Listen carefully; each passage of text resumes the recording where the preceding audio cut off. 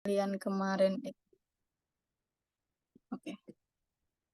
Karena kemarin kalian itu udah ngerjain TO, hari ini kita akan bahas bareng-bareng. Sebenarnya aku udah coret-coret untuk jawabannya sih, tapi mungkin nanti kita tetap open untuk diskusi ya. Sebentar. Share screen dulu.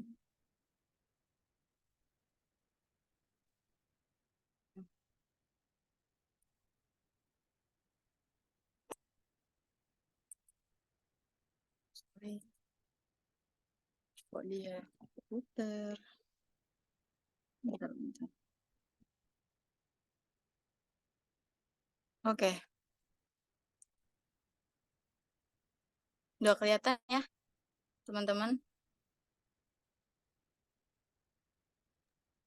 Oke.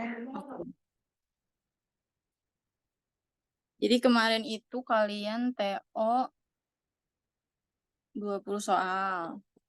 Bentar, aku rada bingung kalau di tab ya. Tampilannya beda soalnya.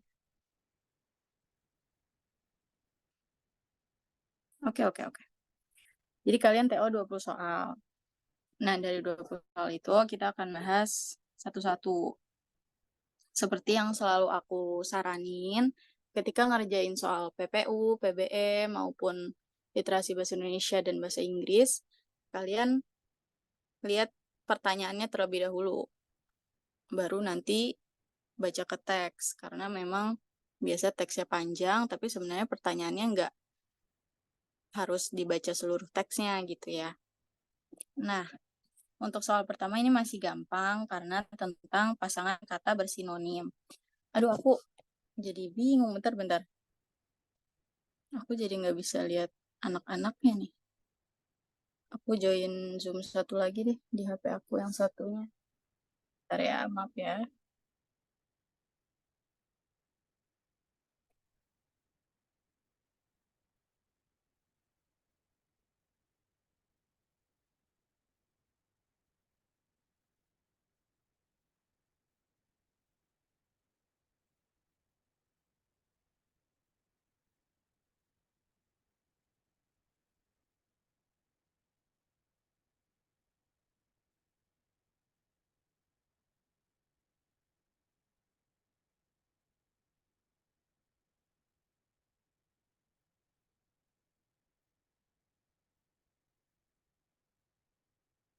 Nah, kan gini aku bisa lihat. Oke.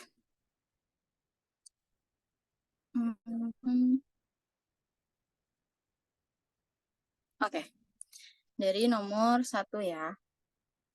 Yang ditanya adalah pasangan kalimat yang mengandung pasangan kata bersinonim adalah, coba aku mau tanya nih, masih ingat gak? Coba Mahelsa, sinonim itu apa sih Mahelsa? Persamaan kata, Kak, persamaan arti kata. Oke, ya betul. Jadi sinonim itu adalah yang artinya kira-kira mirip atau mungkin sama gitu. Nah, karena ini dia ada di dalam kalimat, jadi memang kita itu harus bacanya tuh benar-benar. Karena aku pas baca juga rada bingung awalnya gitu. Nah, setelah ditelaah nih, ada pilihan-pilihannya. Di sini aku coba kasih penjelasan satu-satu. Misalnya dari yang A ya. Yang A itu kata dia pilihan antara 4 dan 6. Coba kita lihat kalimat nomor 4 itu sudah banyak yang menulis mengenai butet. Di situ nggak ada kata-kata yang berpasangan. Jadi bukan. Terus nomor 6. Di tahun 2007, Butet menuliskan pengalamannya dalam sebuah buku.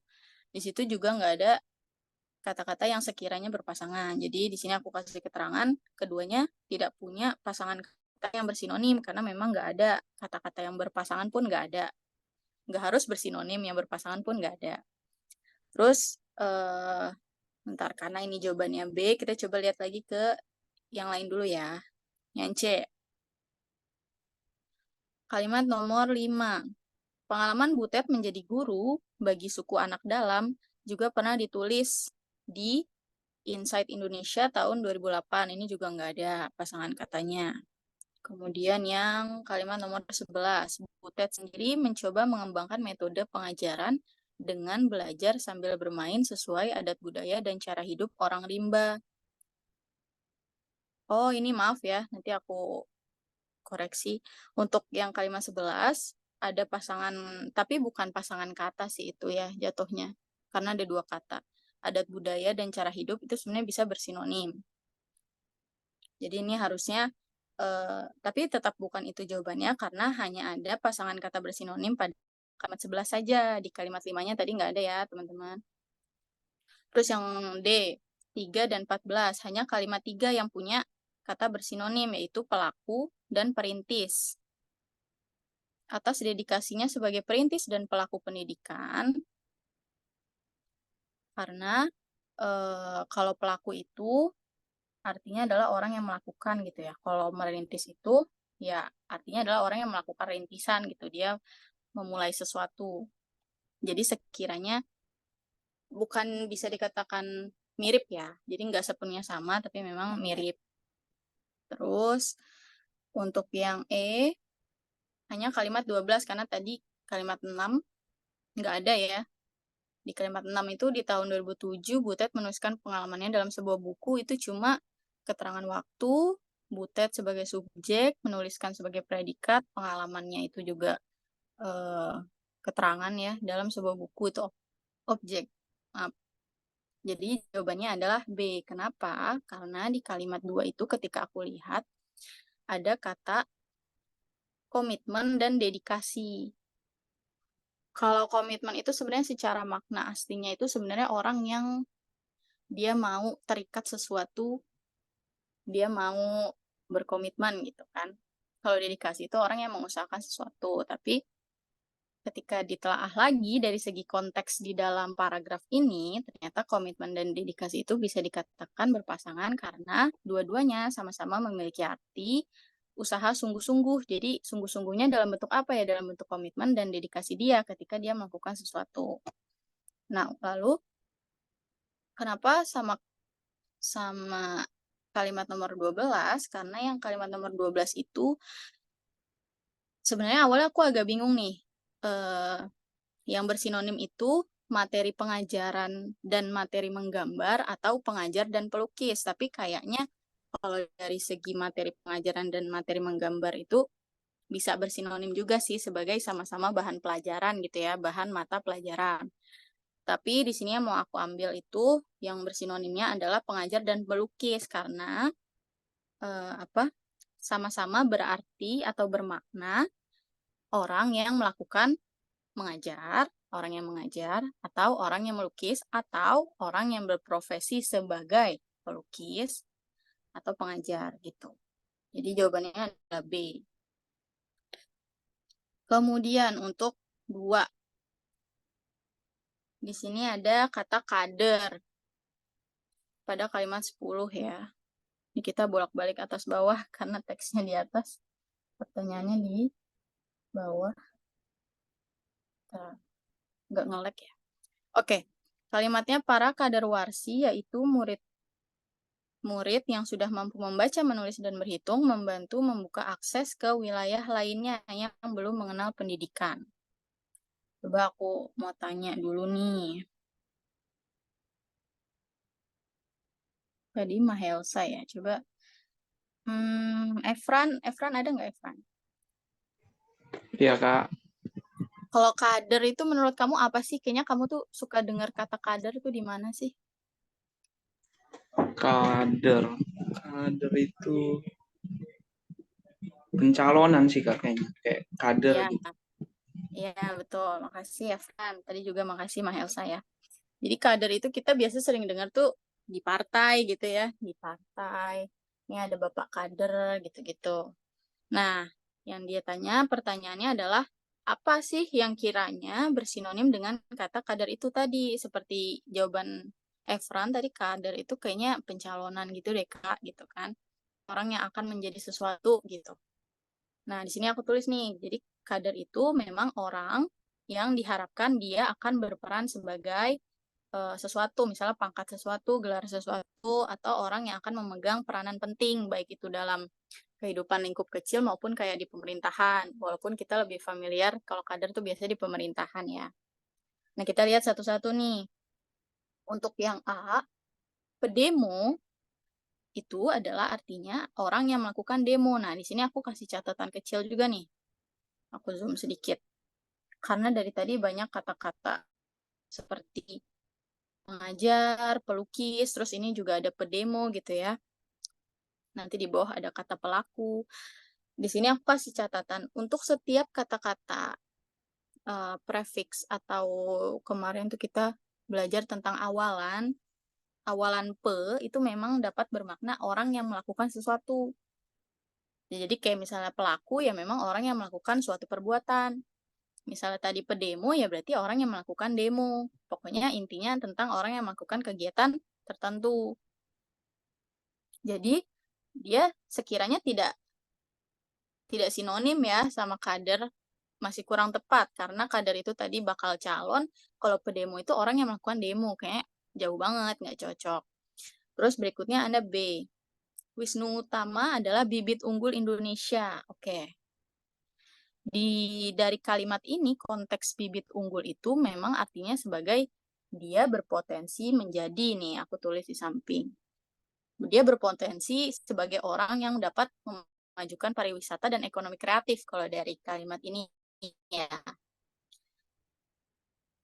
Tapi walaupun kita lihat kayak bisa agak masuk ya Kak antara kader sama bibit, kan sama-sama dia akan menjadi sesuatu gitu kan. Kalau di sini dalam konteks kalimat ini dia akan menjadi orang yang berguna gitu kan. Tapi memang pasti ada pilihan yang lebih tepat lagi. Jadi memang kita harus lihat dulu satu-satu semuanya gitu ya. Jadi kita keep dulu nih si bibit. Apakah sudah cukup spesifik apa belum? Kita lihat dulu jawaban-jawaban yang lain. Terus kita lewatin dulu yang C karena jawabannya C. Yang D itu kombatan. Kombatan artinya secara makna dia udah petempur, udah jauh banget. Berarti bukan itu. Kemudian oposan. Oposan nih kita suka dengar ya, ini dia oposisi dari paslon, misalnya paslon, dia oposisi paslon 01, oposisi paslon 03, 02 gitu. Jadi oposan itu adalah golongan atau orang yang termasuk ke dalam oposisi itu. Jadi jauh banget ya, nggak sesuai sama bakal calon. Nah, karena tadi kader itu adalah bakal calon atau orang yang akan menjabat, orang yang akan mendapatkan pangkat dan segala macam. Jadi yang paling cocok dan paling bersinonim dekat maknanya adalah kandidat. Karena kandidat sendiri artinya calon, akan menjadi. Jadi ketika tadi kita lihat bibit itu sepertinya bisa benar, tapi ternyata kandidat maknanya lebih spesifik dibanding bibit tadi. Oke. Berikutnya. Kalau ini gampang ya. Urutan antonim dari 4 kata pada kalimat 3. Tadi sinonim, sekarang antonim. Secara arti, Mutia, apakah ada Mutia?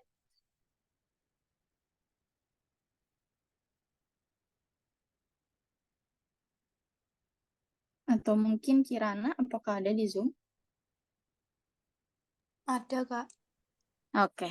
Kirana, antonim itu apa sih? Lawan kata. Iya, betul. Makasih Kirana. Jadi antonim itu adalah kata yang sekiranya berlawanan. Misalnya, kalau panas ya berarti lawannya dingin. Kalau gelap ya lawannya terang, dan begitu seterusnya ya. Jadi cukup mudah ya soal yang ini. Karena sudah ditandain juga nih. Jadi kita gampang nyarinya. Kata-kata yang dicari antonimnya adalah perintis, pelaku, pedalaman, dan penghargaan. Oke, kita scroll ke bawah. Ini aku udah tulis di sini. Perintis tadi ya, karena ada kata pe, itu memang orang yang titik-titik-titik. Jadi karena perintis berarti artinya orang yang merintis. Sekiranya lawan katanya apa nih? Semoga nggak cukup berisik ya, karena ini aku pindah lokasi sih. Jadi azannya nggak sekencang biasanya. Karena perintis itu orang yang merintis, sekiranya lawan katanya apa nih? kalau kalian, kita kan Gen Z banget nih kayaknya ya. Kayaknya sering deh di TikTok tuh lewat kayak, maaf bukan pewaris nih bos, kita perintis gitu. Jadi memang perintis itu dia orang yang merintis melakukan segala sesuatu dari nol. Jadi lawan katanya sekiranya adalah pewaris, di mana orang yang mewariskan atau dia nggak harus mulai dari nol, tapi sudah langsung dapat warisan dari entah dari keluarganya atau dari siapa gitu. Jadi antonimnya adalah pewaris. Terus untuk pelaku, mudah ya, tadi kan orang yang melakukan aksi atau perbuatan. Sebenarnya pelaku itu konotasinya tidak selalu buruk, tapi memang karena keseringannya buruk, jadi lawan kata yang mudahnya adalah korban atau orang yang terkena aksi atau perbuatan tersebut. Lalu ada pedalaman. Pedalaman itu artinya, nanti habis soal ini aku mute bentar deh. Pedalaman itu artinya daerah terpencil. Kamu tinggalnya di pedalaman ya, orang suka gitu kan. Nah, lawan katanya adalah kota, karena kota itu daerah, pusat daerah, yang dimana itu pasti banyak kegiatan, banyak gedung-gedung, banyak aktivitas, jadi memang mudah ya ini. Lalu ada penghargaan, pasti lawan katanya penghinaan. Jadi ketika kita dihargai, pasti lawan katanya itu ya kita dihina gitu. Karena kalau lihat yang lain, misalnya perintis, kalau bawahan masih kurang tepat ya. Terus untuk korban ini udah benar nih yang di B, tapi pedalaman lawan katanya udik itu juga kurang tepat. Penghargaan lawan katanya tolakan itu juga masih kurang tepat, karena kalau penolakan mungkin masih cocok, tapi kalau tolakan itu udah beda arti. Jadi suatu kata itu ketika dia ditempelkan oleh baik itu awalan, akhiran, ataupun sisipan, itu maknanya sudah berubah lagi gitu. Jadi tolakan itu masih kurang tepat. Lalu untuk yang C, pewarisnya udah bener, tapi yang tengah tokoh itu nggak nyambung. Terus yang D, bawahan tadi kurang tepat ya, karena perintis itu bukan berarti dia bos, jadi lawan katanya bukan bawahan. Kemudian yang E, bawahan juga kurang tepat, lalu caci maki juga kurang tepat. Apalagi yang ini, yang tengahnya itu, pedalaman lawan katanya bukan udik, karena udik itu sifat, sementara pedalaman itu cenderung ke wilayah gitu ya, pedalaman. Kalau sifat itu dalam, tapi kalau pedalaman itu tempat. Makanya kenapa aku bilang ketika dia udah ditambahkan oleh prefix maupun suffix awalan akhiran sisipan, dia berbeda arti dan berbeda kata sifatnya. Jadi ada kata kerja, ada kata benda gitu kan, nomina, ada verba. Jadi itu harus diperhatiin benar-benar. Tapi kayaknya udah sih nggak terlalu berisik azannya. Kita bisa lanjut. Oke. Pernyataan perbaikan yang tepat terkait kesalahan pembentukan kata dalam paragraf di atas. Oke. Ini agak susah ya. Kalau ini aku bahas aja deh karena agak susah kayaknya bolak-baliknya. Nanti untuk soal berikutnya aku tanya. Oke. Pernyataan perbaikan. Kita coba dari A. Kalimat 3, kata memperoleh ditulis memeroleh. Jadi memang ada huruf-huruf yang ketika dia bertemu dengan mem ya, terutama mem, dia akan lebur. Tapi untuk kata memperoleh ini, dia tetap memperoleh ternyata, tidak berubah menjadi memeroleh. Memang sebenarnya P itu dia lebur ya. Misalnya pukul, kan sebenarnya memukul. Terus apa lagi ya? Pinta, kan meminta ya, bukan mempinta. Tapi memang ada kata-kata yang dia, apa ya bahasanya, dihususkan gitu oleh kamus yang memang dibakukannya sebagai seperti itu khusus untuk dia gitu.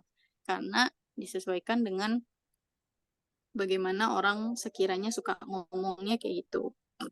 Jadi untuk yang A ini kurang tepat karena memperoleh, ejaan kata memperoleh itu udah tepat, tidak perlu diubah menjadi memeroleh. Kalau diubah malah jadi salah. Terus untuk yang B, kalimat 8. Nih, kalau ini harus dilihat nih. Kata bergabung, dia pengen tulis jadi tergabung. Apa sih, Kak, bedanya? Oke. Kalimat 8. Nih ya, tahun 1999. Udah ubah belum? Oh, ada. Tahun 1999, Butet bergabung dengan sebuah LSM Warung Informasi Konservasi atau yang biasa disebut Warsi. Dia ingin mengubah menjadi Butet tergabung dengan sebuah. Oke. Kalau itu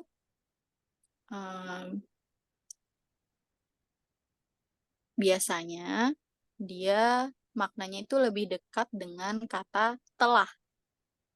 Jadi sesuatu yang sudah terjadi, sesuatu yang itu kalau dalam bahasa Inggris itu istilahnya past tense. Karena kan kalau di bahasa Indonesia itu sebenarnya nggak ada yang kayak present tense, gitu-gitu, continuous dan segala macam. Tapi kalau dalam bahasa Indonesia sebenarnya ada juga nih yang kayak gini-gini. Misalnya awalan ber sama ter itu berbeda. Ketika bergabung, ini dapat diartikan ya dia Butet itu menjadi bagian dari LSM Warsi.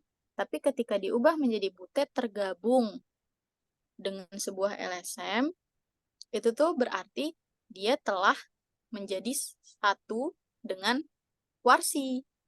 Sementara, walaupun ini memang tahunnya sudah lewat, tahun 1999, tapi akan jauh lebih tepat ketika menggunakan kata bergabung.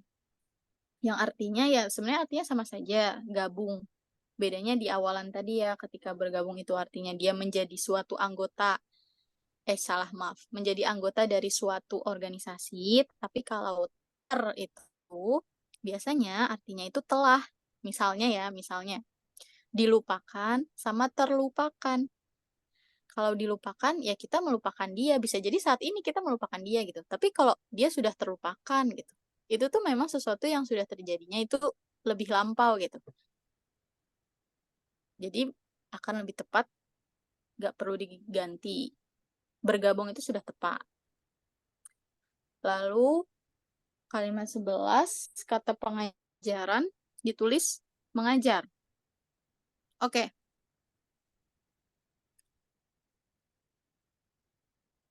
Kalimat 11.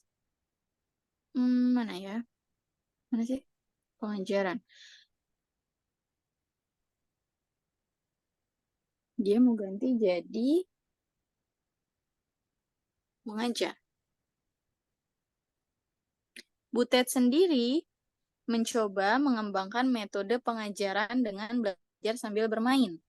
Kalau diganti menjadi Butet mencoba mengembangkan metode mengajar, itu juga kurang tepat. Jadi ketika ada awalan teman-teman,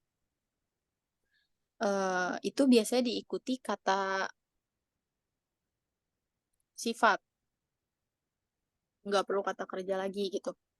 Kalau metode mengajar itu dua-duanya, kalau metode sebenarnya kata benda, tapi untuk mengajar sendiri dia menjadi kata kerja, yang dimana itu kurang tepat. Misalnya nih, kalau lagi presentasi, kadang orang suka salah itu ketika misalnya hari ini saya ingin mempresentasikan tentang, jadi sebenarnya tentang itu sudah tidak perlu karena mempresentasikan itu artinya itu adalah saya melakukan presentasi. Jadi kalau kayak gini metode pengajaran kalau diubah menjadi metode mengajar itu juga kurang tepat karena jadi pemborosan gitu. Jadi 2 kali. Yang benar itu metode pengajaran atau metode pembelajaran karena yang satunya salah satunya itu ketika ada kata metode itu harus diikuti dengan kata sifat. Jangan kata kerja lagi karena metode sendiri dia sudah bermakna maknanya itu lebih condong ke kata kerja gitu. Jadi itu masih kurang tepat ya. Terus untuk kalimat 12, kata mengenalkan ditulis memberikan. 12. Ini ya, langsung aja nih. Oce Apristawijaya, seorang pelukis yang mengenalkan materi pengajaran. Nih, lihat ya, materi biasa diikuti dengan pengajaran. Jangan materi mengajar.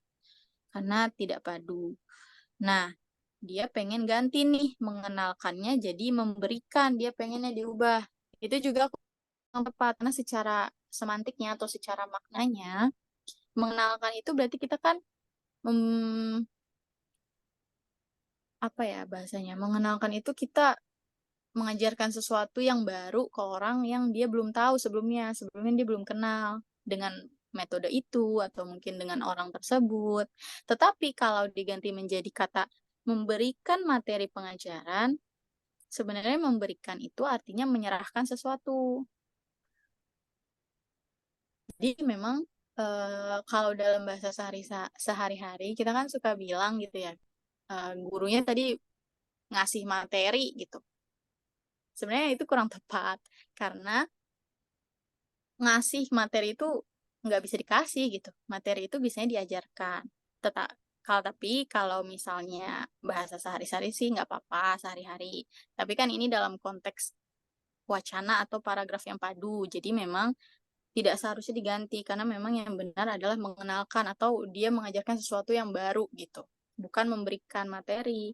Karena materi tidak bisa diberi. Materi itu bukan benda yang bisa dipegang gitu. Nah, yang paling tepat yang mana? Yang paling tepat adalah yang E, ketika kata undur diri seharusnya ditulis mengundurkan diri. Mana nih kalimatnya? Setelah 4 tahun menjadi guru rimba, Butet undur diri dari Warsi pada 2003. Sebenarnya bukan berarti undur diri itu salah, tapi akan lebih padu lagi ketika dia diganti menjadi mengundurkan diri. Mengapa? Karena seperti yang aku bilang itu kata kerja. Kalau itu kata kerja kan, mengundurkan diri. Kalau hanya sekedar undur diri, ini sebenarnya masih kata benda gitu. Sementara ketika kita menulis, sebaiknya predikat itu memang kata kerja. Misalnya nih, Haura mengajar. Haura mengajar bahasa Indonesia, bukan Haura ajar bahasa Indonesia. Walaupun orang mungkin tetap paham, tapi itu lagi balik ke poin pertama, itu kurang padu. Karena setelah subjek adalah predikat kan. Nah, predikat itu klasifikasinya adalah kata kerja. Jadi yang paling tepat adalah, perbaikan yang paling tepat adalah kata undur diri ditulis mengundurkan diri. Oke. Nah, ini tentang diskresi. Nah, salah satu apa ya, saran dari aku juga dulu kan UTBK juga. Nah, ketika aku ketemu kata yang sekiranya aku nggak tahu artinya, itu biasanya aku baca dalam segi konteks paragrafnya. Jadi walaupun kita nggak tahu kata itu artinya apa, tapi sekiranya ketika dicocok-cocok ini mirip nih, kayaknya yang masuk yang ini gitu. Nah, kalau yang ini aku bahas aja deh, gimana caranya bisa kita lihat dari segi konteks. Oke, ini tentang karena dulu ada COVID, jadi dulu ada larangan mudik ya, kalau teman-teman masih ingat dulu tuh, kita benar-benar di rumah aja, nggak boleh kemana-mana. Itu sampai ke nggak boleh pulang kampung dan segala macam. Tapi ternyata sejumlah Jabodetabek tetap bisa mudik setelah mendapat diskresi. Nah, yang dia tanya adalah diskresi itu apa sih? Jadi ada contoh kasus di mana sebenarnya kita dilarang. Tapi ada beberapa orang yang dapat diskresi nih dari polisi. Dia boleh, walaupun nggak semua, hanya beberapa saja. Nah, kalau dari sini, aku nih cara lihatnya adalah, aku cari nih kata diskresi itu ada di kalimat mana, itu pertama.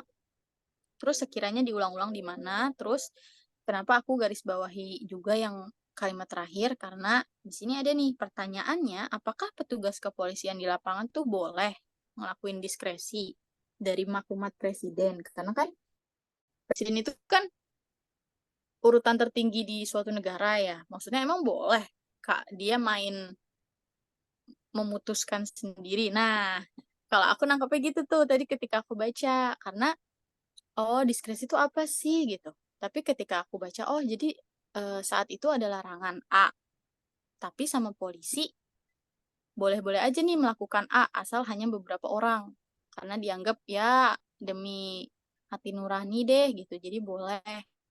Nah, ketika aku cocok-cocokin, misalnya nih yang A, diskresi, kebebasan mengeluarkan pendapat. Nah, coba lihat lagi kalimat terakhir pertanyaannya. Emang boleh petugas kepolisian itu melakukan, misalnya ya, kalau kita nganggap diskresi itu mengeluarkan pendapat, berarti kan jadinya, apakah petugas kepolisian boleh mengeluarkan pendapat dari maklumat presiden? Kurang cocok.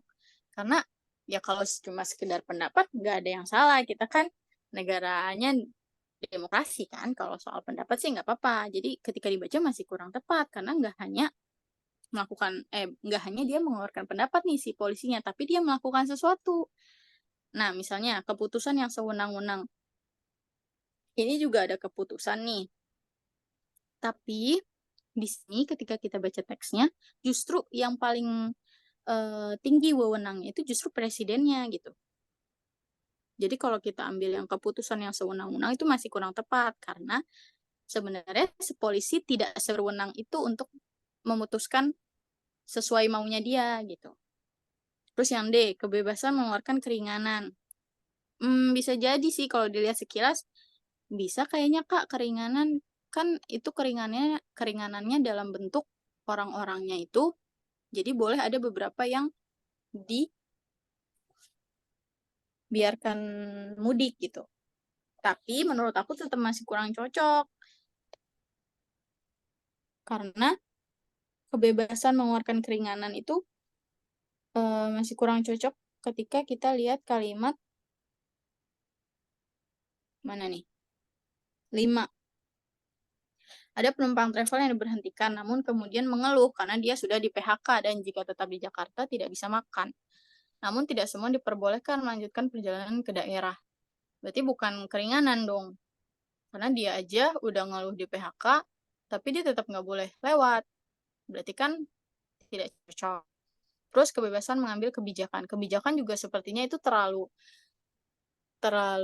saklek dalam artian yang tadi aku bilang, kalau kita lihat di kalimat terakhir, wewenang paling atasnya itu justru presiden. Jadi si polisi ini nggak mungkin dia bisa mengeluarkan kebijakan gitu. Karena ini aja diskresi dari maklumat presiden. Maklumat presiden itu kan berarti sesuatu yang diwajibkan dan tidak boleh dilanggar karena dikeluarkan oleh presiden, kan itu kan maknanya. Jadi sekiranya ketika kita baca yang paling cocok banget itu adalah yang kebebasan mengambil keputusan, karena sesuai dengan kalimat terakhir pertanyaannya, apakah petugas polisi boleh mengambil keputusan yang berlainan dari maklumat presiden? Nah, itu kan cocok. Yang dengan tegas sudah memberitahu nih tentang larangan mudik. Terus juga ketika kita lihat di atas, namun ternyata sejumlah warga tetap bisa mudik setelah mendapat keputusan dari polisi yang menjaga pos penyekatan operasi gitu. Jadi yang paling tepat adalah yang C. Nah, di sini nih aku, karena dia nanya kalimat yang tidak efektif tapi di pilihannya itu cuma nomor, jadi di sini aku coba nulis kalimatnya dulu. Kalau dilihat dari kalimatnya memang kayaknya tuh semuanya benar gitu. Kalau lihat kalimat bahasa Indonesia tuh. Nah, makanya coba aku mau tanya deh nih, menurut, hari ini sedikit banget ya. Teman-temannya pada kemana tuh? Oke, aku coba tanya Hazik ya. Hazik bisa jelaskan nggak kalimat efektif itu apa sih? Atau mungkin menurut kamu justru kalimat yang tidak efektif tuh yang kayak gimana gitu? Halo, Hazik? Ya, Apa Kak. ada? Ya. Kalimat efektif itu apa sih, Hazik? Kalimat efektif tuh kayak gimana ya, Kak?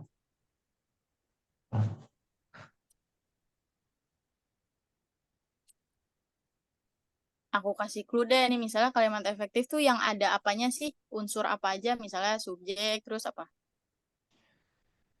Kalimat efektif tuh setahu saya yang bisa dipahami dengan mudah. Ya, boleh. Oke, makasih Hadik. Jadi memang kalimat efektif itu yang dia secara kalimat padu tadi ya. Padu pertama, terus ada unsur subjek. Minimal banget dia ada unsur subjek dan predikat.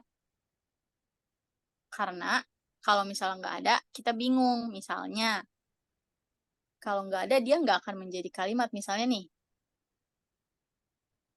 misalnya hazik deh. Hazik. Kalau cuma hazik doang, dia sebagai subjek, kita bingung ya. Terus kenapa sama hazik gitu kan? Tapi ketika dia minimal banget ada predikatnya, hazik menulis. Kita mengerti, oh hazik lagi nulis gitu. Akan lebih padu dan efektif lagi ketika udah ada subjek, ada predikat, lalu ada objeknya. Misalnya hazik menulis buku. Terus akan lebih padu lagi ketika ada keterangannya. Hazik menulis buku di kamar. Nah, ketika itu kita jadi lengkap nih informasi yang kita dapatkan. Dan seperti kata Hazik, itu sesuatu yang jadinya bisa kita pahami, bisa kita bayangkan juga, oh Hazik lagi nulis di kamar tuh, gitu, lagi nulis buku. Nah, sama, ketika ditanya, kalimat yang tidak efektif berarti sekiranya pas kita baca, antara ada unsur yang menghilang, atau agak kurang bisa dipahami. Atau, yang paling biasanya nih, kalau dua itu orang masih bisa nih, dua poin tadi ya, yang apa namanya, ketika dibaca itu paham sama ada unsur yang hilang atau enggak. Kalau soal itu biasanya orang masih bisa ngecek nih. Tapi poin yang paling terakhir ini, tadi juga aku rada kegocek gitu ya. Aku pas baca, kayaknya ini baik-baik aja semuanya, nggak ada yang salah. Tapi ternyata adalah yang paling terakhir itu tentang konjungsi. Ketika kita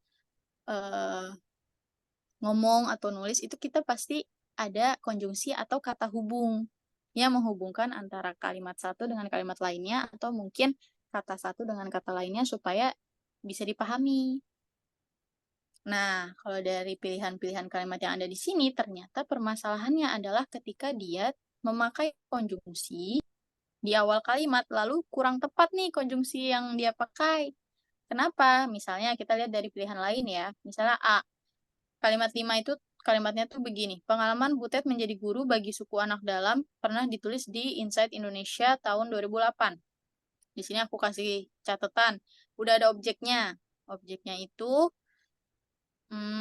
Insight Indonesia, karena ditulis di Insight Indonesia, itu majalah ya sepertinya. Terus sudah ada subjeknya, si Butet, ada predikatnya juga, menjadi guru. Ada keterangan tempatnya juga. Ada juga keterangan waktunya, tahun 2008.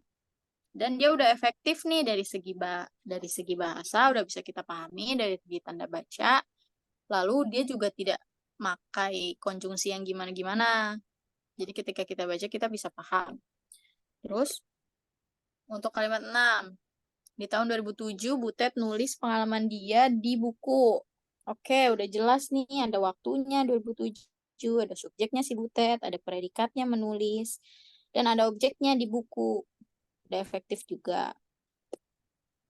Begitu juga kalimat 7, di tahun 2013, Sekolah Rimba diangkat menjadi film yang disutradarai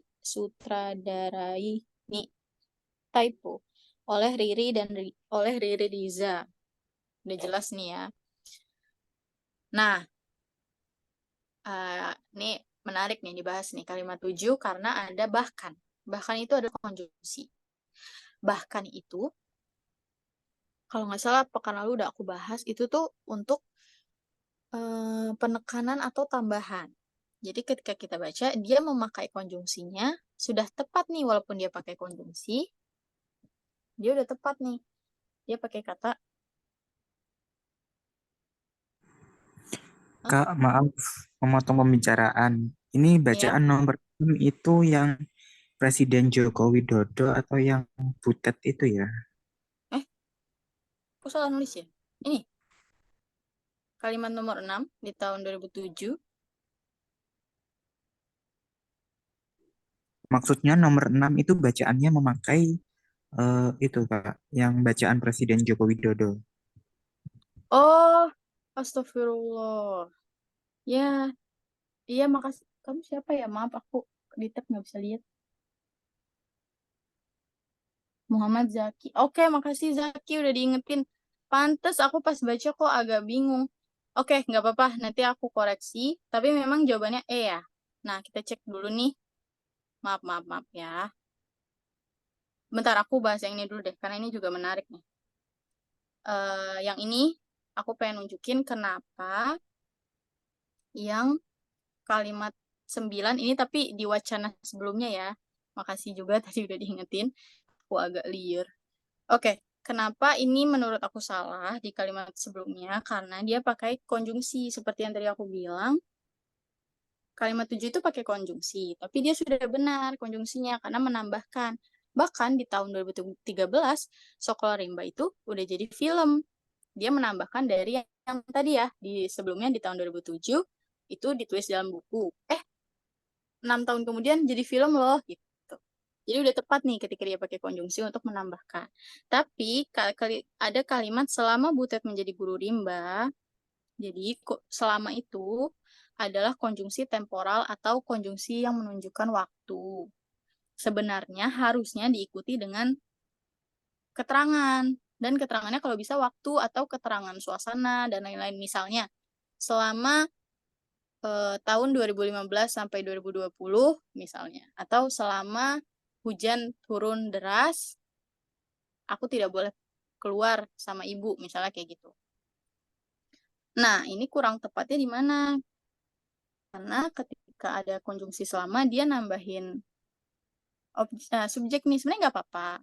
Tapi memang yang tadi aku bilang ya, ada kalimat-kalimat yang kita bisa paham, tapi ternyata secara gramatikalnya dia masih kurang tepat. Mengingat ini wacana yang sifatnya formal, jadi memang kita harus teliti.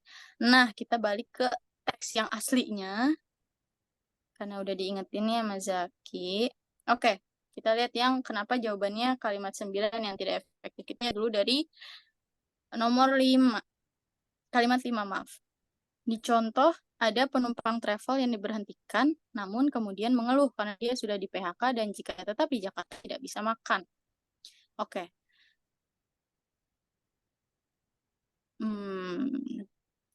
Menurut aku, justru malah menurut aku dia kurang efektif, tapi nggak apa-apa. Karena ini pendapat aku ya, karena memang ketika ada beberapa yang aku kerjain, terus aku lihat KJ-nya memang, apa ya, aku ada yang bertentangan gitu sebenarnya, tapi nggak apa-apa. Oke, di contoh, ini sebenarnya akan lebih tepat lagi ketika sebagai contoh, karena di contoh itu kurang tepat, apalagi di awal kalimat. Harusnya sebagai contoh ada penumpang travel yang diberhentikan, namun kemudian mengeluh. Tapi mungkin kalau dari segi efektif, sudah efektif. Kan kita bisa paham. Oh, ada contohnya nih si penumpang travel yang dia diberhentiin, tapi tetap aja nggak boleh lewat gitu. Terus yang kalimat 6. Namun tidak semua diperbolehkan melanjutkan perjalanan ke daerah. Ini udah nggak ada masalah sama sekali.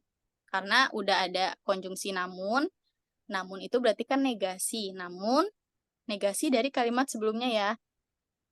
Kalimat sebelumnya apa? Ada penumpang travel yang tadi diberhentiin, dia bilang dia mau lewat nih gini. Tapi terus dinegasiin sama konjungsi namun, tetap aja dia tidak semua diperbolehkan. Jadi ini udah benar, udah efektif juga. Untuk kalimat 7, operasi ketupat 2020 harus fleksibel dan melihat perkembangan di lapangan. Ada yang dilepas, ada yang disuruh putar balik, terang Sambodo.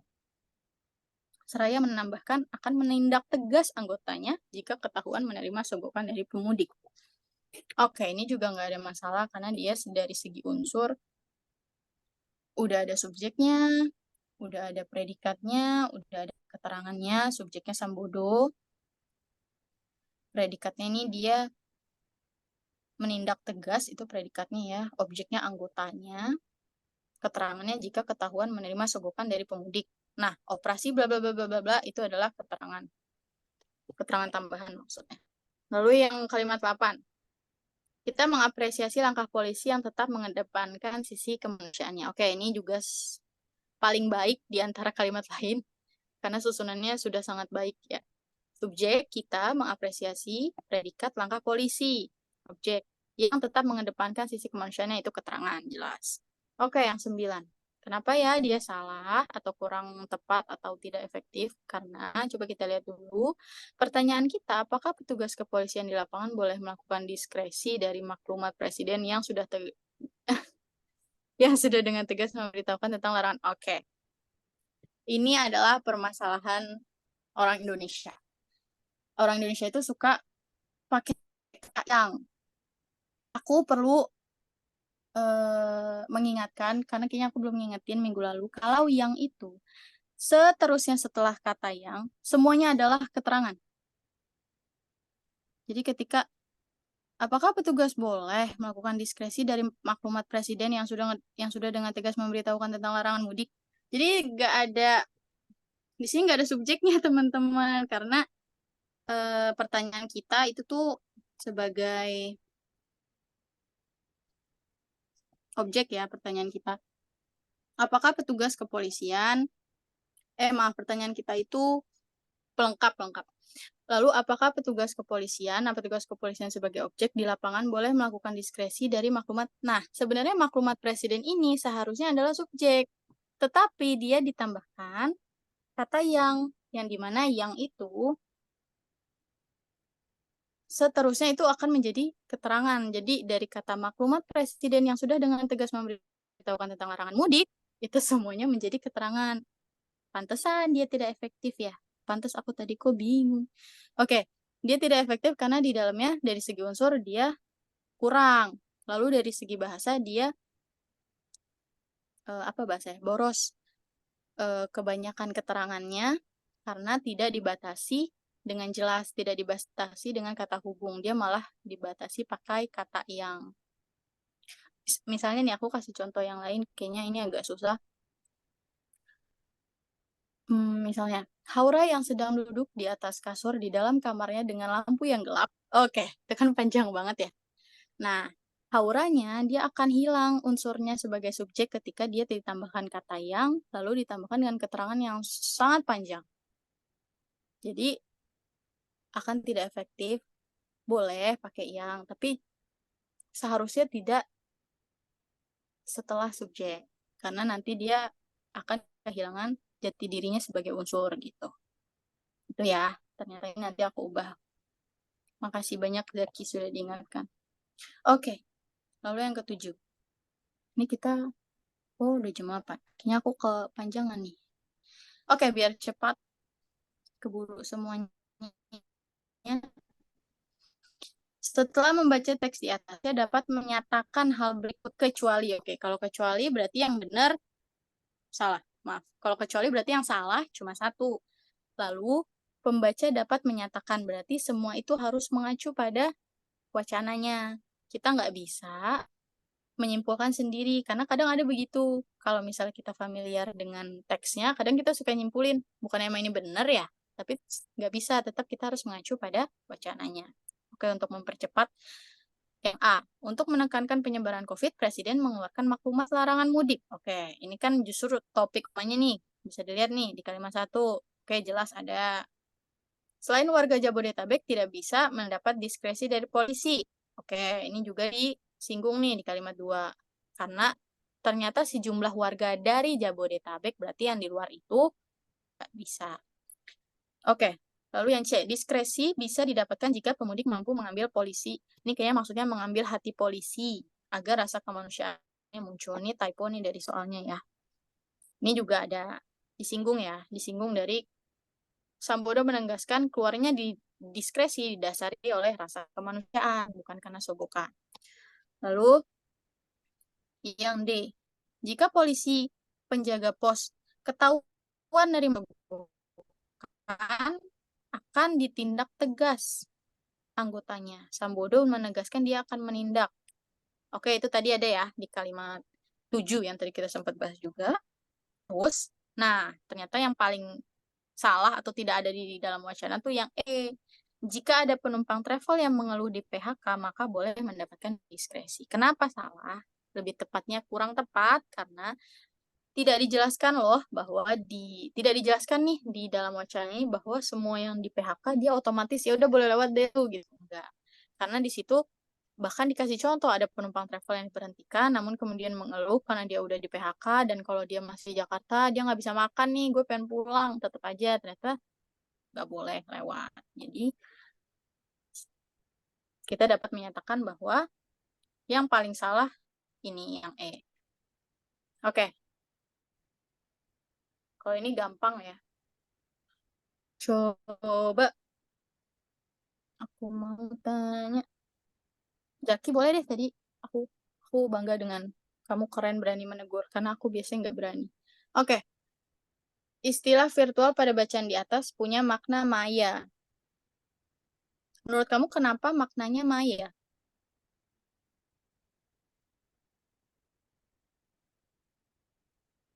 Halo, Zaki?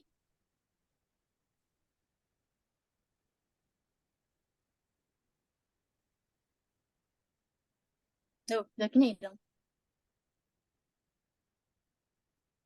Atau aku tanya, aku balik deh pertanyaannya. Kalau istilah virtual kita bisa lah ya mengerti, karena kita suka ngomong oh dunia maya gitu. Kenapa bukan online? Karena itu masih dalam bahasa Inggris, karena kan sudah dipadankan ke dalam bahasa Indonesia. Yang dia tanyakan maknanya. Jadi kita cari dalam bahasa Indonesia dulu nih. Lalu untuk dalam internet itu masih kurang tepat. Ya, sedikit benar tapi kurang tepat. Kurang spesifik. Terus nyata sama mirip itu malah jauh sama sekali. Coba aku mau tanya ini deh. Apa singkatan kata deh? Karena ini biasanya suka ditanyain. Rian, ada Rian? Iya kak, kenapa kak? Oke, aku cuma mau nanya. Kamu tahu daring itu apa? Daring online. Oke, daring itu apa kepanjangannya? Apa ya? Ini Karena pembelajaran ini online gitu kak. Oke, oke. Makasih Rian, nih aku ingetin ya. Kalau daring itu benar pembelajaran online, tapi karena sudah dipadankan dalam bahasa Indonesia, daring itu dalam jaringan. Nah, ini nih yang C ini nih dalam internet sebenarnya masuknya ke dalam jaringan. Bukan ya secara virtual memang, tapi dia kurang spesifik lah, lebih spesifik kalau misalnya ditanyanya itu istilah online itu punya makna apa kalau misalnya dalam jaringan itu benar.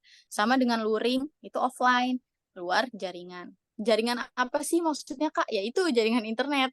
Jadi ketika kita ditanya mau daring apa luring, jadi daring itu sebenarnya ya kita nggak perlu ketemu, kita bisa pakai internet aja ketemunya lewat kayak gini, lewat laptop, lewat HP gitu. Oke.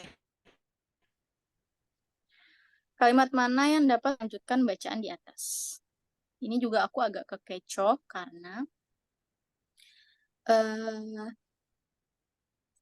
kita agak cepat aja.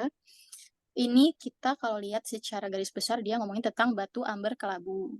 Nah, dia nih menjelasin nih secara runut tentang itu dia berasal dari bahasa apa, terus dapat ditemukan di mana, terus ini dia tuh berasal dari apa, dari si paus dan segala macamnya. Coba aku mau tes nih, masih ingat nggak sama pelajaran minggu lalu? Duh tuh, anak-anaknya dikit banget ya. Aku jadi mau nanya, Efran lagi nggak apa-apa? Efran, apakah ada? Ya kak, Menurut kamu ini wacana apa? Masih ingat gak minggu lalu?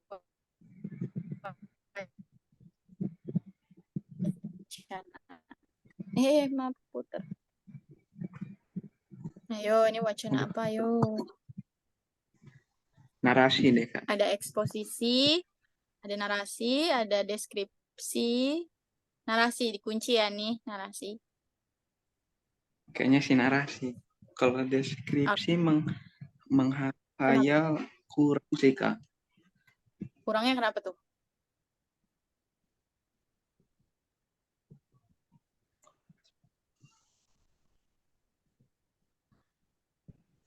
Bingung ya. Oke, kita kunci. Tapi di bawah juga kalimat 14 masuk deskripsi sebuah ambilki sebesar buah kelapa, berarti kita bisa menghayal. Agak-agak sih kak. Oke. Kita sekalian ingat ulang, makasih. Tadi aku nanya siapa? Si Efran ya? Makasih. Oke, kita sekalian ulang. Kalau narasi itu dia runut. Dari A sampai Z, dari pagi sampai malam. Dia runut. Tahun, kalaupun bentuknya tahun, bulan, maupun hari, dia runut. Itu gampang. Kalau deskripsi, dia mendeskripsikan sesuatu yang kita sekiranya bisa membayangkan.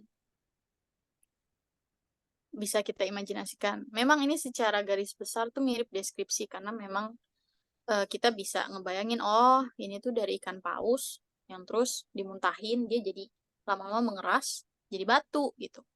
tapi ternyata ini eksposisi. Mengapa? Karena dia data-datanya tuh lebih apa ya? Sesuatu yang belum tentu semua orang tahu gitu.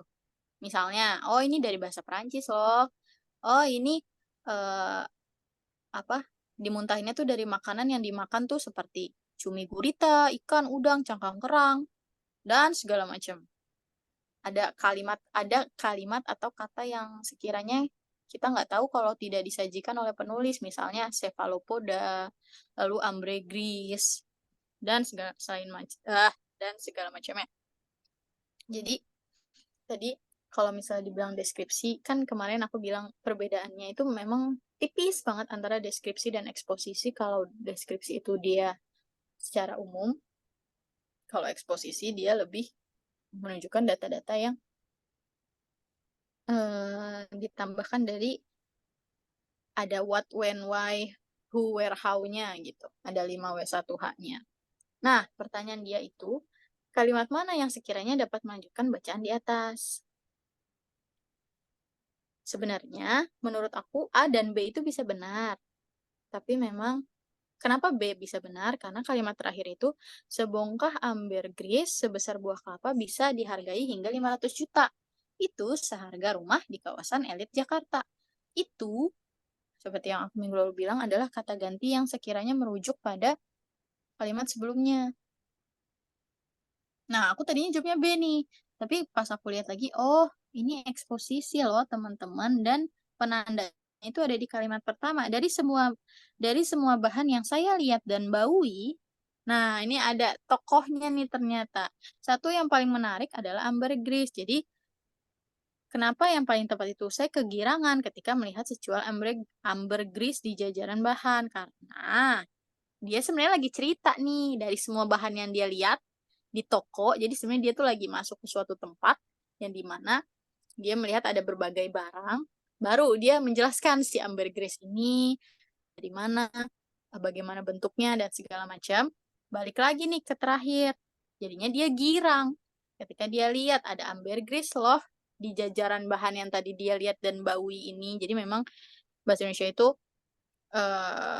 kita eliminasi yang sekiranya salah. Nanti ketika pilihannya tinggal 2, kita benar-benar lihat dulu yang mana yang paling cocok ya gitu. Kalau misalnya C kan saya buru-buru mencicipi, itu nggak cocok karena batu gimana nyicipinnya. Terus saya lalu tak sabar ingin yang cocok karena harganya cukup mahal. Apalagi dia dari semua bahan yang saya lihat dan baui, satu yang paling menarik adalah ambergris. Jadi memang dia lagi apa bahasanya? Window shopping gitu, lagi lihat-lihat. Terus untuk E itu melenceng lagi, itu nggak cocok sama sekali gitu. Nah, setelah baca teks di atas, pernyataan nih balik lagi. Kita tidak bisa menyimpulkan sendiri, harus selalu dicek ke wacananya lagi. Yang A, ambergris harganya sangat mahal hingga 500 juta. Oke, ini sebenarnya bisa dibilang kalau lihat sekilas kayaknya tepat Kak, iya. Memang ada kata sembongkah ambergris itu bisa dihargai hingga 500 juta. Ada kata kuncinya hingga. Memang sih di A itu dia nulisnya hingga, tapi dia ngasih keterangan harganya sangat mahal. Jadi seolah-olah ambergris itu nggak ada yang murah. Jadi bukan berarti ada yang murah, tapi memang harganya bisa mahal sekali sampai 500 juta yang menunjukkan atau mengindikasikan bahwa ada yang harganya di bawah itu. Jadi kalau yang ini masih kurang tepat karena dapat dihargai hingga itu karena ada kata harganya sangat mahal, sementara kalau di pernyataannya bisa dihargai hingga 500 juta gitu. Jadi bukan berarti selalu semahal itu. Lalu untuk ini kita cross check facts gitu ya bahasanya, maksudnya kita ngecek fakta ketika kita baca pilihannya, kita cek lagi ke atas ke pernyataannya.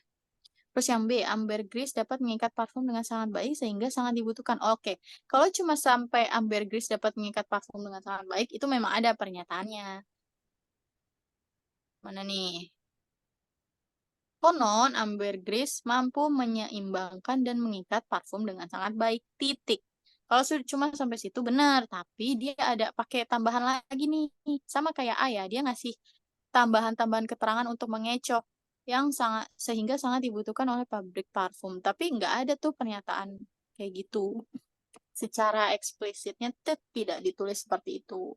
Jadi kita tidak boleh menyimpulkan sendiri. Jadi itu masih kurang tepat. Terus yang D, ambergris berasal dari bahasa Prancis. Ini agak licik dia pilihannya. Karena kalau dia sekilas bener ya, ambergris itu dari Prancis yang artinya batu amber kelabu. Tapi ternyata dia nulisnya tuh amber.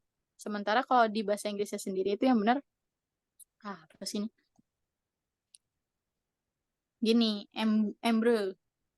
Karena bahasa Prancis ya, bukan bahasa Inggris. Oke. Terus yang E, ambergris hanya dapat ditemukan di tengah samudra. Ini juga oke, kita ketika baca tuh kayaknya yang banyak deh yang bisa benar, tapi ternyata kita harus cross check lagi. Ada kalimat tidak hanya di ambergris dapat ditemukan mengapung di tengah samudra atau terhanyut ke tepi pantai. Jadi nggak cuma di tengah samudra nih. Jadi itu juga masih kurang tepat. Jadi jawaban yang paling tepat adalah yang C. Ambergris itu muntahan isi perut paus sperma yang berasal dari makanan paus yang tidak tercerna sempurna. Nah, kalau ini dari kata ambergris sampai kata sempurna semuanya ditulis ada di wacana. Jadi nggak kita menyimpulkan sendiri, semuanya udah ditulis sama penulisnya. Jadi yang paling tepat adalah yang C. Terus untuk hubungan isi antar paragrafnya, ini sepertinya mudah ya kalau dilihat nih. Paragraf 1 itu akibat, bukan. Apalagi ini eksposisi. Eksposisi itu biasanya seperti deskripsi, dia menjelaskan sesuatu dengan unsur 5W1H. Jadi bukan sebab akibat kalau eksposisi itu. Dan bukan perbandingan, bisa jadi perbandingan, tapi untuk di sini objeknya cuma satu, cuma si batu tadi, jadi tidak ada yang dibandingkan. Jadi masih kurang tepat. Lalu nih, paragraf 1 adalah pemaparan dari paragraf 3.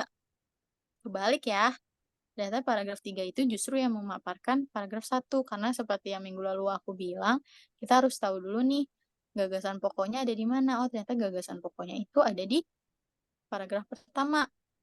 Nah, gagasan pokok itu dijelaskan oleh paragraf-paragraf yang lain atau kalimat-kalimat yang lain. Jadi, tidak mungkin paragraf paragraf 1 itu paparan dari paragraf 3. Kebalik, paragraf 3 yang menjelaskan paragraf 1 karena gagasan pokoknya ada di depan. Nah, yang paling tepat adalah yang D. Paragraf 2 itu adalah pemaparan dari paragraf 1. Oke, ini. Karena susah agak bolak-balik, jadi aku bacain. Apa kelemahan yang terdapat pada paragraf di atas? Kelemahannya, tadi dia bilang, kita lihat yang lain dulu. Penggunaan kata konon pada kalimat 11. Konon, ambergris mampu menyeimbangkan. Ini nggak salah, karena kalau konon berarti dapat diartikan dahulu sih sebenarnya kalau konon itu. Jadi sesuatu yang mungkin nggak sampai saat ini. Jadi mungkin dulu ambergris itu fungsinya untuk itu. Tapi mungkin sekarang berubah lagi fungsinya. Jadi kalau konon nggak ada masalah. Karena kita juga nggak tahu kan dia latar waktunya kapan. Lalu untuk C, kata sekilas pintas itu justru malah tepat untuk digunakan pada kalimat 5. Sekilas pintas ambergris tampak seperti batu kelabu. Kenapa tepat? Karena ada kata tampak atau nampak. Sekilas pintas itu berarti kita melihat dengan sekilas, jadi cocok. Secara sekilas, ambergris nih kelihatan kayak batu kelabu. Lalu, penggunaan kata sebongkah pada kalimat ke-14. Itu juga tepat. Karena sebongkah ambergris sebesar buah kelapa. Jadi sebongkah itu kan berarti sebuah ya. Satu bongkahan. Satu bongkahan tuh satu buah yang besar bentuknya, ukurannya. Jadi memang tepat. Sebongkah ambergris. Pada kalimat 13 juga nggak ada masalah. Nah, yang masalah ini adalah A. Penggunaan kata itu sendiri pada kalimat 7. Nih, kalimat 7. Apa yang membentuk ambergris itu sendiri? Jadi, kadang kadang penulis itu suka memakai bahasa yang dipakai ketika dia berbicara. Sementara ketika menulis itu, kita beda lagi, nggak boleh seperti itu. Cukup kalimatnya apa yang membentuk ambergris, nggak perlu pakai itu sendiri, itu pemborosan. Karena itu sendiri itu tuh pasti mengacu pada ambergrisnya. Sendiri juga mengacu pada ambergrisnya. Jadi 3 kali gitu. Apa yang membentuk ambergris, ambergris, ambergris sebenarnya kalau dari segi makna ya. Jadi akan lebih baik ketika kata itu sendiri itu tidak perlu dipakai karena jadi lewah atau pemborosan. Oke. Nah, ini aku tanya lagi deh. Jenis wacananya dulu. Karena kalau kita bisa tahu jenis wacana, kita tahu nih tujuan orang nulis nih buat apa. Kirana, apakah ada di ruangan Zoom? Ada, Kak.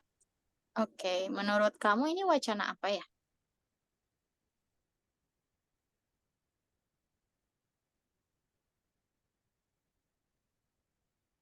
Mirip-mirip nih sama yang sebelah nih tadi. Eksposisi. Oke, kenapa tuh eksposisi?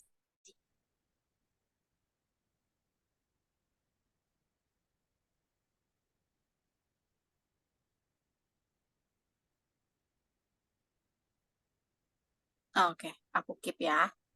Kenapa eksposisi? Karena balik lagi tadi, eksposisi itu sesuatu yang kita bisa kira-kira mengimajinasikannya, tapi tidak hanya diimajinasi, tapi dia juga menyajikan data-data sesuai dengan, apa ya bahasanya, lebih meyakinkan karena ada data-data saintifiknya, ada kata-kata kuncinya seperti berdasarkan penelitian. Lalu kalau kita baca tuh ada apa istilah-istilah yang sekiranya kalau dia nggak jelasin kita nggak akan tahu gitu. Seperti robekan saraf. Oh, saraf tuh bisa robek gitu.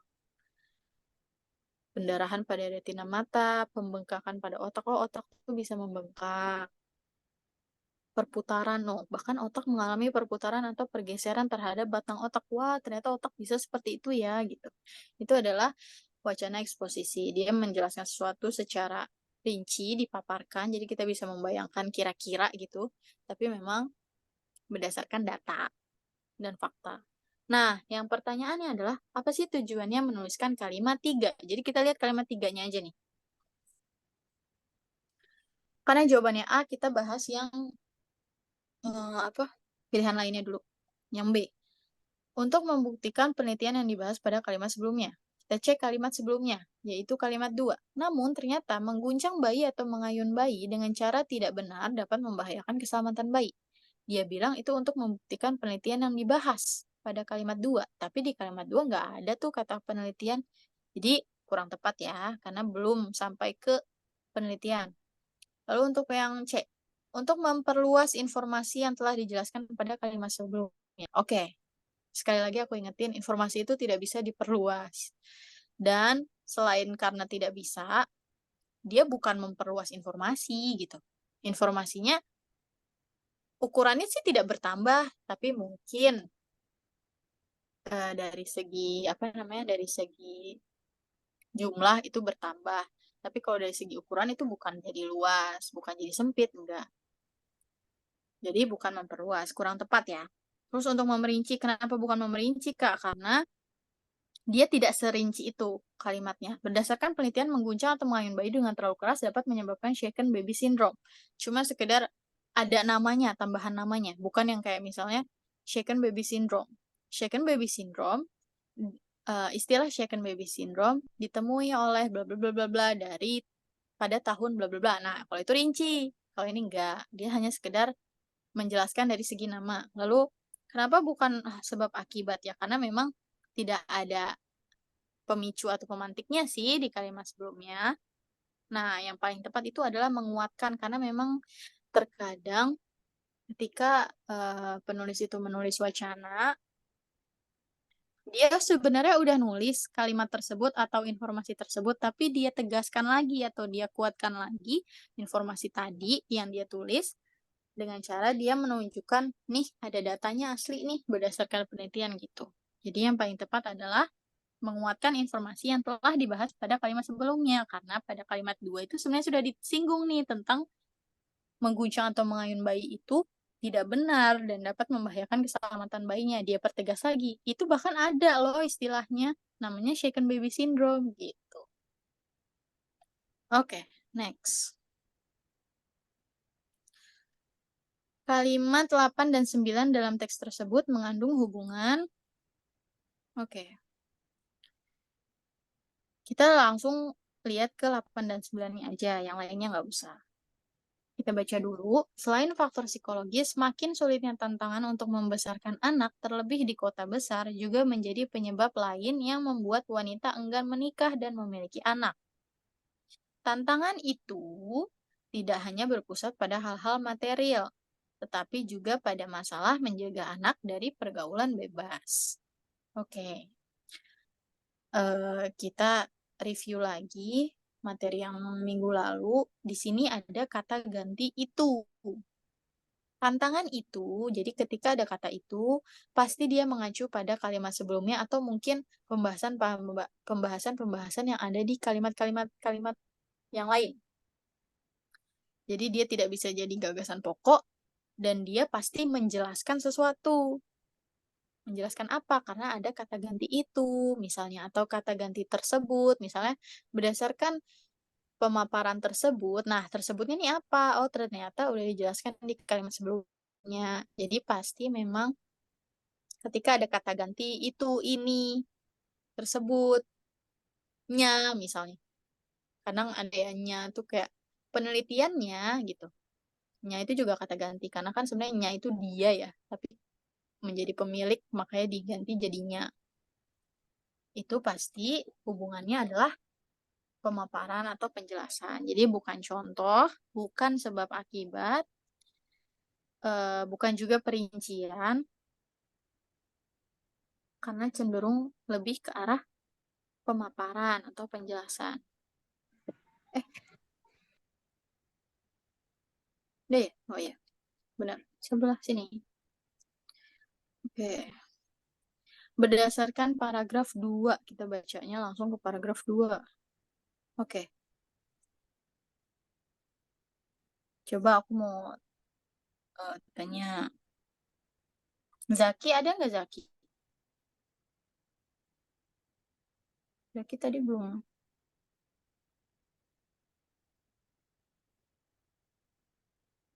Mungkin sedikit ya, aku jadi bingung nih.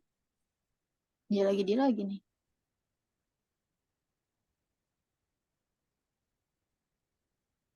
Cuma 5 orang, aku milih siapa dong? Rian lagi nggak apa-apa deh. Rian, apakah ada? Iya, Kak. Oke, menurut Rian di paragraf 2, gagasan pokoknya yang mana? Bentar. Saya baca dulu, Kak. Oke.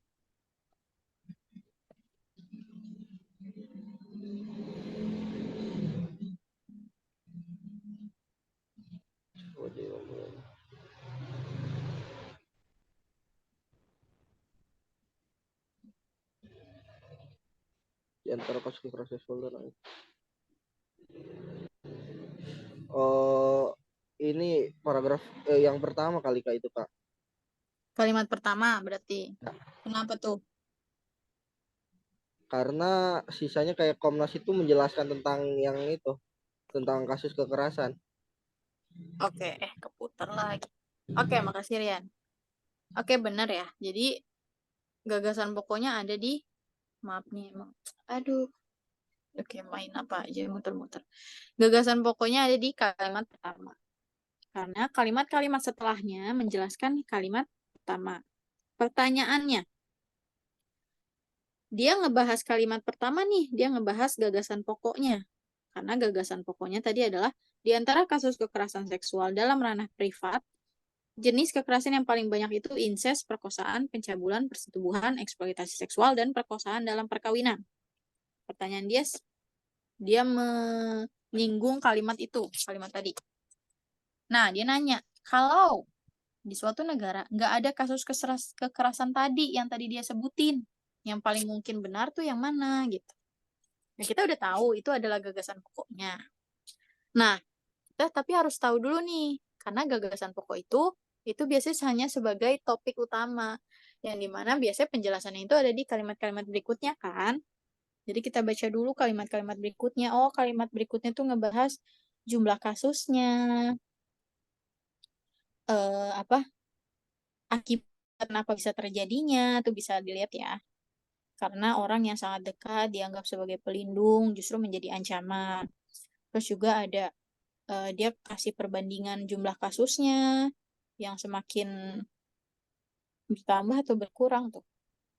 Nah, ada nih kata kunci, ada kalimat kuncinya nih, peningkatan laporan ini, oh berarti bertambah ya laporannya ke Komnas, karena meningkat keberanian korban untuk melaporkan kasus.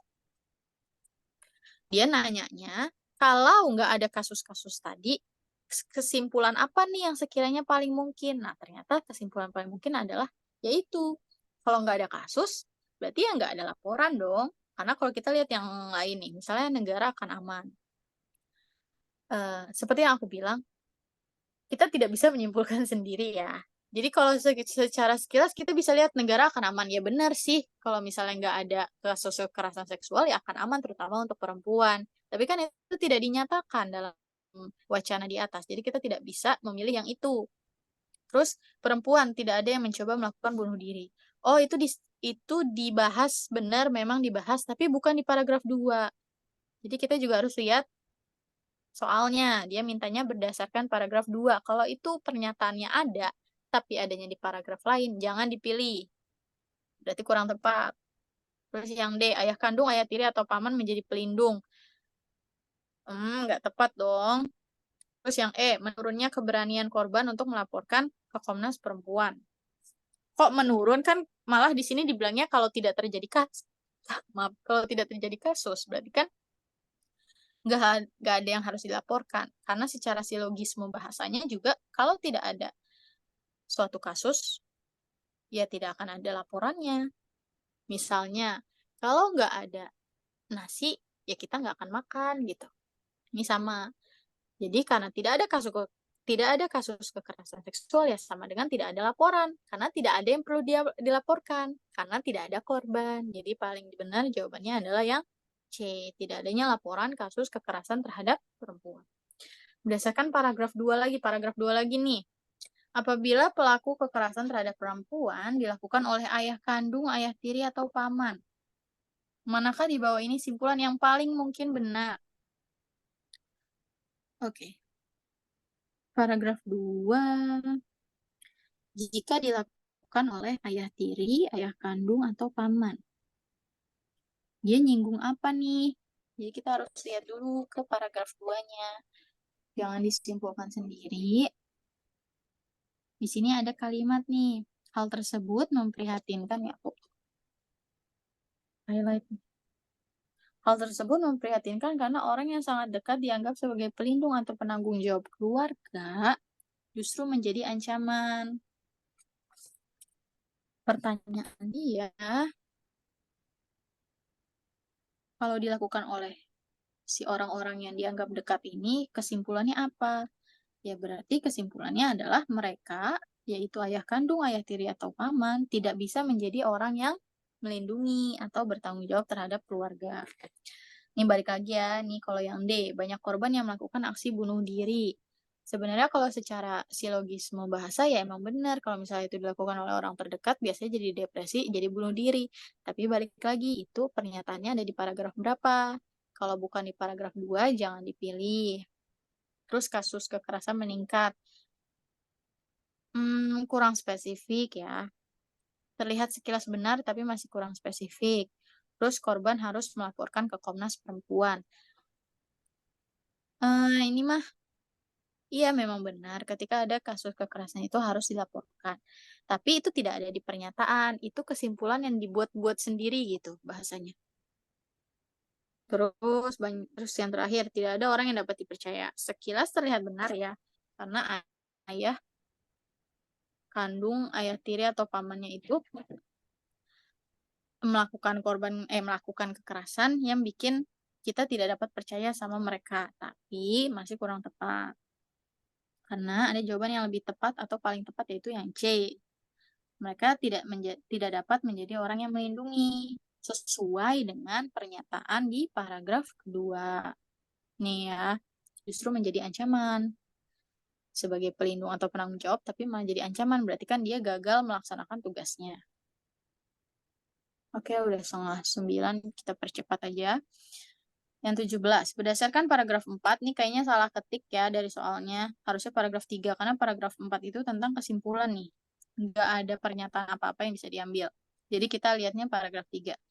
Apabila kekerasan seksual berbasis siber itu berarti online ya teman-teman. Memang banyak istilah-istilah seperti itu, daring, siber, virtual, dunia maya. Itu semua artinya online.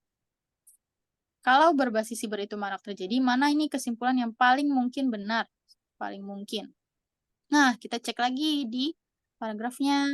Jadi nggak bisa kita simpulkan, kita cek lagi. Kekerasan seksual berbasis siber lainnya juga mencakup objektifikasi perempuan untuk tujuan pornografi. Kasus seperti ini biasanya menghebohkan publik sehingga menambah beban psikis. Bahkan diantaranya banyak yang melakukan percobaan bunuh diri. Jadi jawabannya adalah kalau semakin marak itu berarti semakin banyak ya, semakin banyak terjadi dilakukan oleh orang-orang. Ya berarti silogismenya berarti akan semakin banyak korban dong kalau makin banyak dilakukan. Terus akan banyak juga korban yang nyoba bunuh diri, tidak hanya sebagai korban doang, tapi dia sampai bunuh diri. Karena itu disinggung di kalimat terakhir paragraf ketiga. 3 soal lagi. Berdasarkan paragraf 1. Nah, kita lihat paragraf 1. Di sini ada yang aku highlight kuning, ada juga yang hijau. Karena kalau yang hijau itu kata kuncinya gitu. Jadi dia ngomong kalau untuk mengantisipasi resesi jangan sampai terjadi gitu, sejumlah negara itu menyiapkan stimulus fiskal atau stimulus dari segi keuangannya untuk mempertahankan perekonomian. Indonesia bersiap menggelontorkan 436,1 triliun atau 2,5% terhadap produk domestik brutonya atau PDB. Pemerintah menggunakannya itu tadi ya, merujuk pada yang tadi 436,1 triliun untuk program percepatan belanja APBN. Kebijakan yang diterapkan berupa pemberian bantuan sosial dan kartu prakerja. Pertanyaan dia, jika pemerintah nggak ngasih insentif pajak, apa yang terjadi? Oh tadi, kan dia dikasih insentif pajak itu untuk mempercepat belanja APBN kan? Berarti kalau misalnya nggak dilakukan tuh kebijakan insentif pajak, apa yang terjadi? Ya udah, jadinya program belanja APBN-nya ya tidak akan sesuai target atau tidak tercapai. Kemudian kesimpulan pada paragraf 2. Nah, kalau ini harus di cross check bolak-balik nih. Dia bilang setiap negara menganggarkan penanganan COVID lebih dari 10% dari PDB masing-masing. Jadi ada 1, 2, 3, 4. Ada 4 negara nih, Singapura, Jerman, Jepang, dan Amerika Serikat. Nah, Singapura itu 59,9 miliar. Tidak dijelaskan secara eksplisit berapa persennya. Nah, Jerman 13,125 triliun. Nah, itu 10% dari PDB dia. Kalau Jepang 16,3 triliun, itu 20% dari PDB dia. Kalau Amerika Serikat itu 32,8 triliun, itu kalau secara logika berarti lebih tinggi lagi gitu kan. Nah, setiap negara menganggarkan lebih dari 10%. Nggak semuanya, karena si Jerman ini dia cuma 10% loh. Memang Jepang, Singapura, dan Amerika Serikat itu, Singapura lebih dikit. Memang Singapura, Jepang, Amerika Serikat itu lebih banyak dari 10% karena jumlahnya besar sekali uangnya. Tapi ternyata untuk Jerman sendiri dia hanya 10%, lalu untuk Singapura dia di bawah itu tuh. Nih, 59,9 itu kan di bawah itu, berarti di bawah 10% lagi. Nggak sampai sebanyak itu. Jadi ketika dia menyatakan bahwa semuanya yang ngasih tuh lebih dari 10%, itu nggak tepat.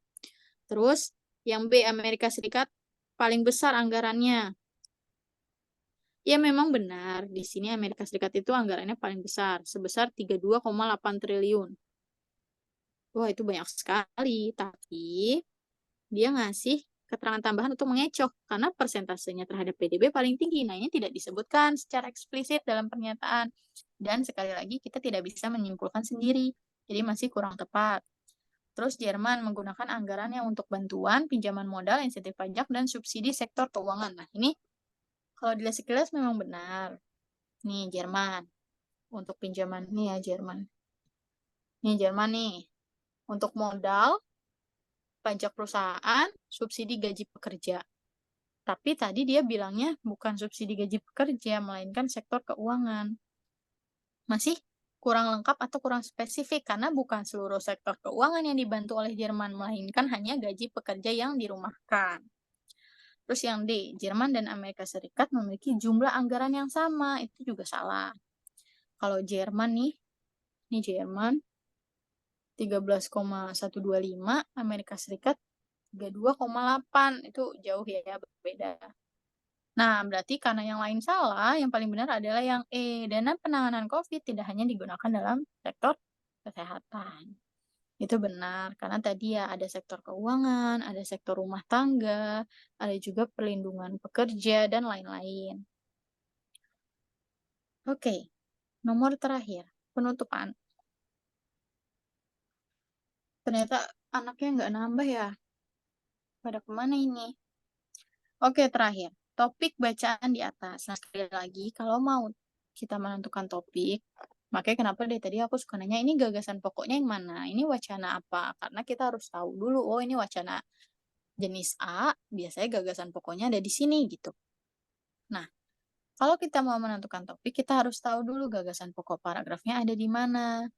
Pada teks di atas ketika kita baca, ternyata gagasan pokoknya itu ada di kalimat pertama, karena kalimat terakhirnya itu tidak mumpuni untuk sebagai gagasan pokok itu.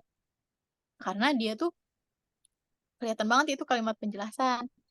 Bila ada potensi akan terjadi tsunami, sirine langsung dibunyikan dalam bentuk nada tertentu, disertai pengumuman dan segala macamnya. Itu berarti kan dia menjelaskan kalimat sebelumnya atau mungkin malah menjelaskan topik yang ada. Berarti gagasan pokoknya itu ada di kalimat pertama nih. Nah, kita udah tahu gagasan pokoknya itu tentang sirine sebagai bagian dari sistem peringatan dini tsunami yang dijalankan dengan teknologi komunikasi satelit dan GSM. Nah, karena sifatnya deduktif atau di awal kalimat, kita bisa lihat, oh ya udah cari aja yang paling mirip sama gagasan pokoknya, topiknya. Yaitu yang D, proses kerja sirine sebagai sistem peringatan dini tsunami. Karena untuk pilihan-pilihan yang lain, dia tidak menyinggung kata sirinenya. Padahal ketika kita baca, untuk wacana yang ini, semua itu menjelaskannya tentang sirine. Sirine ada di kalimat 1, ada juga di kalimat 2 tuh. Sensor yang dipasang pada sirine. Terus di kalimat 3 juga ada, bila apa? Terus juga di kalimat 4 ada, dan seterusnya. Tapi nggak disinggung nih di pilihan-pilihan yang lain yang menyinggung sirine cuma pilihan D. Sebenarnya itu mudahnya sih begitu ya. Oh, yang paling tepat ya udah yang D karena proses kerja sirinenya sebagai sistem peringatan dini tsunami. Oke, ini sekiranya itu pembahasannya. Semoga dapat dipahami. Makasih juga udah diingetin tadi aku ada yang salah. Untuk berikutnya juga tolong begitu ya. Jadi kalau emang aku ada yang salah atau mungkin aku ngomongnya kecepatan itu boleh diingetin lagi. Nah, nanti mungkin untuk Sabtu semoga orangnya bisa lebih banyak dari ini. Nanti aku mau ngasih kayak game kecil-kecilan gitu sebelum kita bahas. Supaya ingat, karena tadi kayaknya pas aku tanya, ada beberapa yang udah lupa. Jadi untuk nge-review, nanti kita main game kecil-kecilan. Udah sih itu aja untuk, bentar ya, stop share. Untuk penjelasan hari ini itu aja dari aku. Ada pertanyaan atau enggak? Aku tunggu seperti biasa, aku tunggu 5 detik.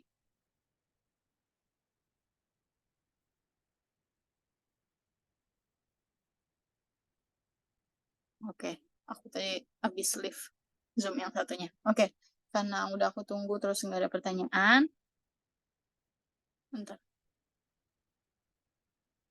Oke, makasih ya Evran.